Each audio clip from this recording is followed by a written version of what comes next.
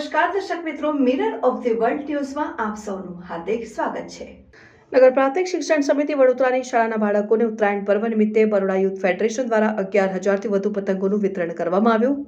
ઉત્તરાયણ પર્વની ગણતરીના દિવસો બાકી છે ત્યારે બાળકો સુરક્ષિત રીતે પતંગોત્સવનો આનંદ માણી શકે તે માટે દર વર્ષની જેમ આ વર્ષે પણ બરોડા યુથ ફેડરેશન દ્વારા રૂકમિલ ભાઈ શાહની આગેવાની હેઠળ નગર પ્રાથમિક શિક્ષણ સમિતિ વડોદરાની શાળાના બાળકોને 11,000થી વધુ પતંગોનું વિતરણ કરવામાં આવ્યું। તેનો મુખ્ય ઉદ્દેશ્ય બાળકો પતંગોત્સવનો આનંદ લઈ શકે, સાથે સાથે બાળકોની મૂંગા પશુ પક્ષીઓની સુરક્ષા પણ જળવાઈ રહે।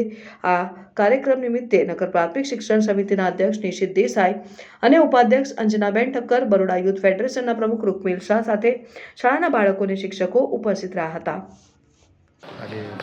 આજે નગર પ્રાથમિક શિક્ષણ સમિતિમાં બરોડા યુથ ફેડરેશન દ્વારા 10,000થી વધારે પતંગો આપવાનો બાળકોને એક એમનો સરસ મજાનો અભિગમ છે।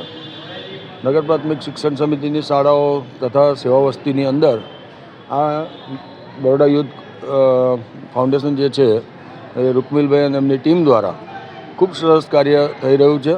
આવનાર દિવસમાં ઉત્તરાયણનો પર્વ છે, મકર સંક્રાંતિનો પર્વ હોય અને બાળકોને પતંગો ચગાવવાની, પતંગોને ચગાવીને ખુશી મળતી હોય છે, એમ ખુશીની અંદર એમણે જ્યારે પોતાનો સહભાગ આપ્યો છે ત્યારે આજના દિવસે નગર પ્રાથમિક શિક્ષણ સમિતિના અધ્યક્ષ તરીકે હું રૂકમિલભાઈ અને એમની ટીમનો ખૂબ આભાર વ્યક્ત કરું છું।